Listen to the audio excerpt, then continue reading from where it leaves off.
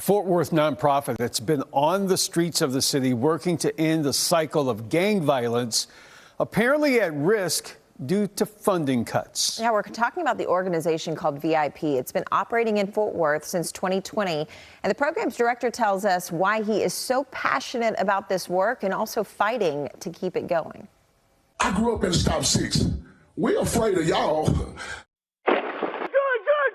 Where's the other guy? 2019, just kind of going back to the beginning.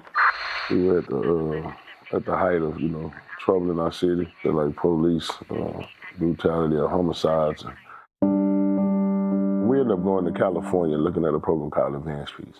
So I thought it was unique. I thought it was a different thing to see people who were previously in gangs or previously leaders in the streets in their community going back now engaging young people who were trapped in a group of gang violence. And I think, that was the start of us bringing this program to Fort Worth. People around this country doing this work. Right now, we're all struggling to find out what funding will look like over the next year or two, if this work will continue to go on. With the police, I don't think they are, and I say this with no disrespect intended, I just don't believe that they are able to relate the way that we are. To me, that doing this work is like a form, it's like retribution, me giving back to the community, because I was a part of destroying the community at one point in time.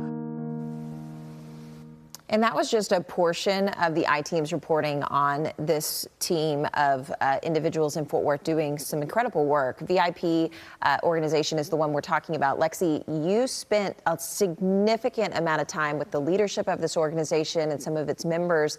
What were your takeaways from that time? Yeah, so you're right. We were really lucky. Rodney McIntosh, the program's director, invited us to spend a lot of time with them and their mentors. And we even were able to go to some of their life skills classes. This is where they talk about really sensitive issues, mental health. They talk about getting jobs, things of that nature. And spending time with them is really clear that these mentors have really fostered really deep, meaningful relationships with the mentees that they're working with. And a lot of times they almost seem familial, almost brotherly. The pastor or the bishop tells me that those relationships were hard to build, but they're the reason this program has been so effective. And I can imagine there is some skepticism surrounding the community even starting to engage with this program.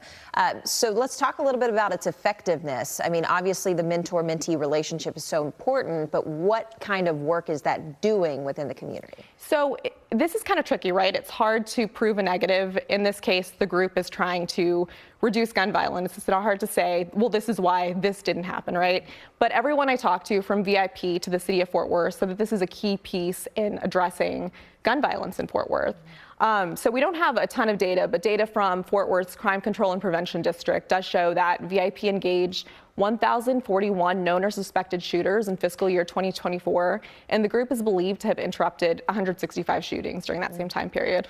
So we know that it is effective in some way within the city of Fort Worth, but we also know it's facing some significant funding cuts. So where does that all stand with the city and state as well as federal funding? Yeah, so the issue really is that this group received this surge in funding in 2023, thanks to the federal government giving money to cities to recover from the COVID-19 pandemic. That money ran out in May, though. So we actually spoke to Bishop Rodney McIntosh back in May. At the time, he employed 21 mentors. He's since had to cut that by 10 people. Obviously, that means it's harder to help as many young men as they have been.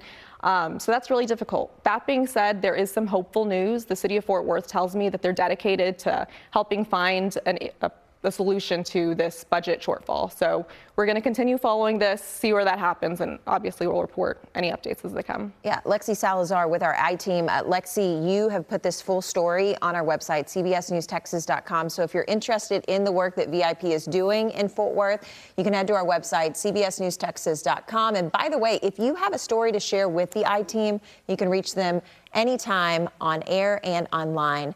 Lexi and our other producers read every email and listen to every voicemail they receive.